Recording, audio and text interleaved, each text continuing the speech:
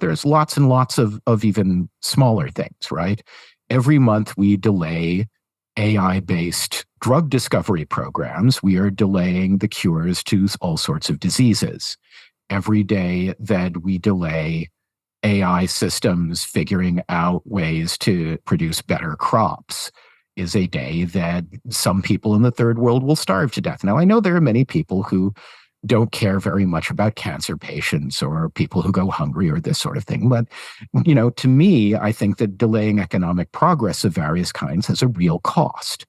There's a thing that I think people underappreciate, which is that AI gives us an opportunity to finally get out of the economic doldrums we've been in for a lot of decades now. Mm-hmm. Economic growth used to routinely be well over 5%. And for a very long time now, we have struggled to get it in the 2.5% range.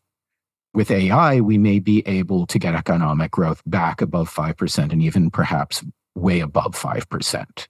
And the reason for that is that AI unbounds one of the biggest problems we have in our society, which is the limited number of minds and sets of hands that we can apply to solving problems. Should I go into that actually for a minute? Like why AI is potentially really, really important to us economically? Yeah, definitely. So let me just make sure that the listeners are catching. So in response to the people say, hey, let's just do some common sense, slow down, take a breathing period. You sort of had a twofold response. The one hand, the benefits they're claiming from that are non-existent because however long we pause, we're not going to know the full ramifications of what we do until we actually do it. And then also, even if you're worried about nasty applications being developed, well, the worst thing we'd want to do is all the ethical people who are really hemming and hawing about, I want to do the right thing, not going forward and developing it, whereas the people who don't care about societal welfare, if they're going in and developing a full blast, that's not a good equilibrium either. And then the flip side you're saying is there's definite cost to delaying. It's sort of like saying, why don't we delay research in science for 6 months? Let's just put science on hold for 6 months. That would and science could do terrible things. Shouldn't we pause science for a few years so that we can, we already have so much science. Shouldn't we be thinking hard about the science we already have and the terrible things science might do in the future? I mean, it's the same thing, right? Yeah. Okay. So now just focusing more specifically on the benefits, that it's not simply that, it's kind of fun that you can ask ChatGPT to do a rap in the style of Eminem talking about my history paper. Like there are other real concrete ways that this can help humanity that we're just on the cusp of unleashing. So can you talk a bit about that? Since the dawn of time, what has been the major thing slowing economic growth?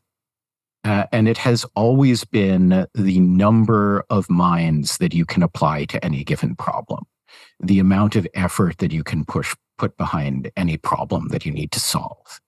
Our ancestors weren't stupid, right? They weren't different from us cognitively. If you go back several thousand years, the people that lived then could have been taught anything that the people now know. But the population was vastly smaller, and the pool of available information was smaller, and the amount of labor, intellectual labor that could be applied to things was vastly smaller. And there are people who talk a lot about AI producing unemployment, which is a ridiculous idea. It stems from the lump of labor fallacy, the idea that there's a fixed amount of work out there and that, and you only have so much work available.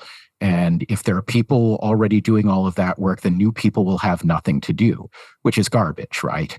There are an infinite number of things that any given person would like to be able to do and just doesn't have time to do.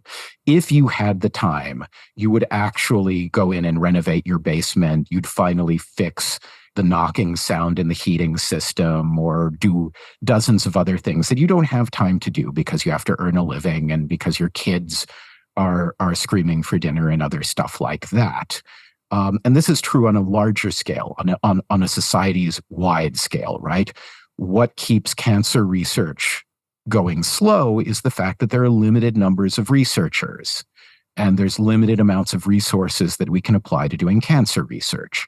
If you could follow every single lead that you get, even the extremely unpromising ones, you'd learn much faster, you'd make much faster progress.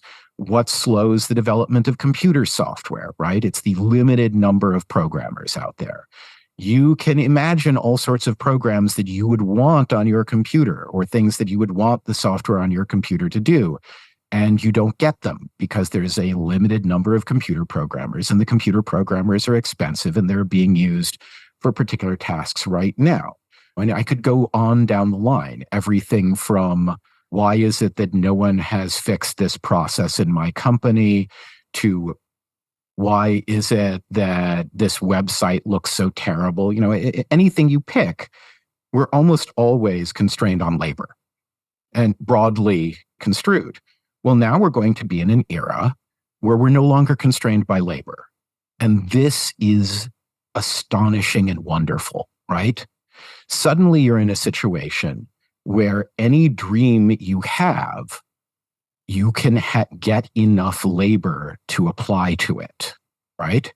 You want to, you think to yourself, I really, really hate the way this piece of consumer electronics works. I wish it worked another way. Well, now you'll be able to hire huge teams of AIs to work to build the new one that does the things you would prefer, and programmers to write the software for it. And people often crudely think, oh, well, if we have AI electrical engineers and we have AI medical researchers and we have AI attorneys and we have all these other AIs, there won't be any work for people.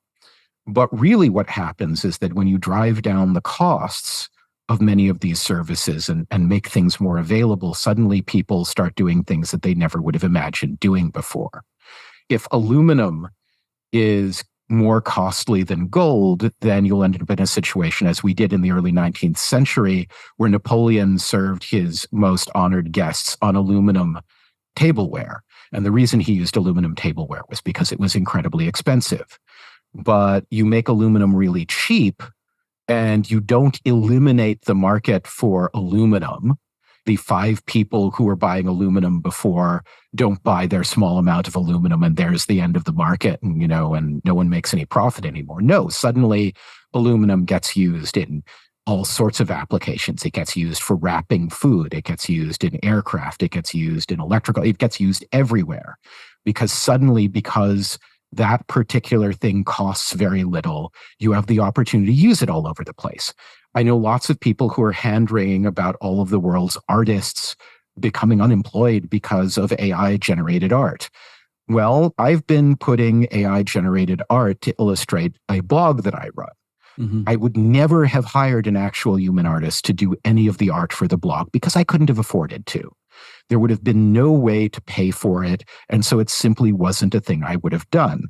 But now we're in an era where art can be plentiful, where people can use art in all sorts of places where they wouldn't have used it before because they couldn't have afforded it before. Computer design of farm equipment, research into better antibiotics, whatever you name. Up until now, we have been constrained by how extremely expensive and rare the talents needed to do that were. And now we're going to be in a situation where it's plentiful. And fools will say, oh no, now all of the artists are going to starve. They're not going to starve. There will be plenty of work, even for people doing art, like they do now going forward. But suddenly we're in a situation where you can make far more art, and people who could not afford art before could use it. Now we're in a situation where even extremely well-financed pharmaceutical companies could not afford to put in as much effort as was needed into finding new antibiotics, new antivirals, et cetera, as we would like. And now they'll have the capability.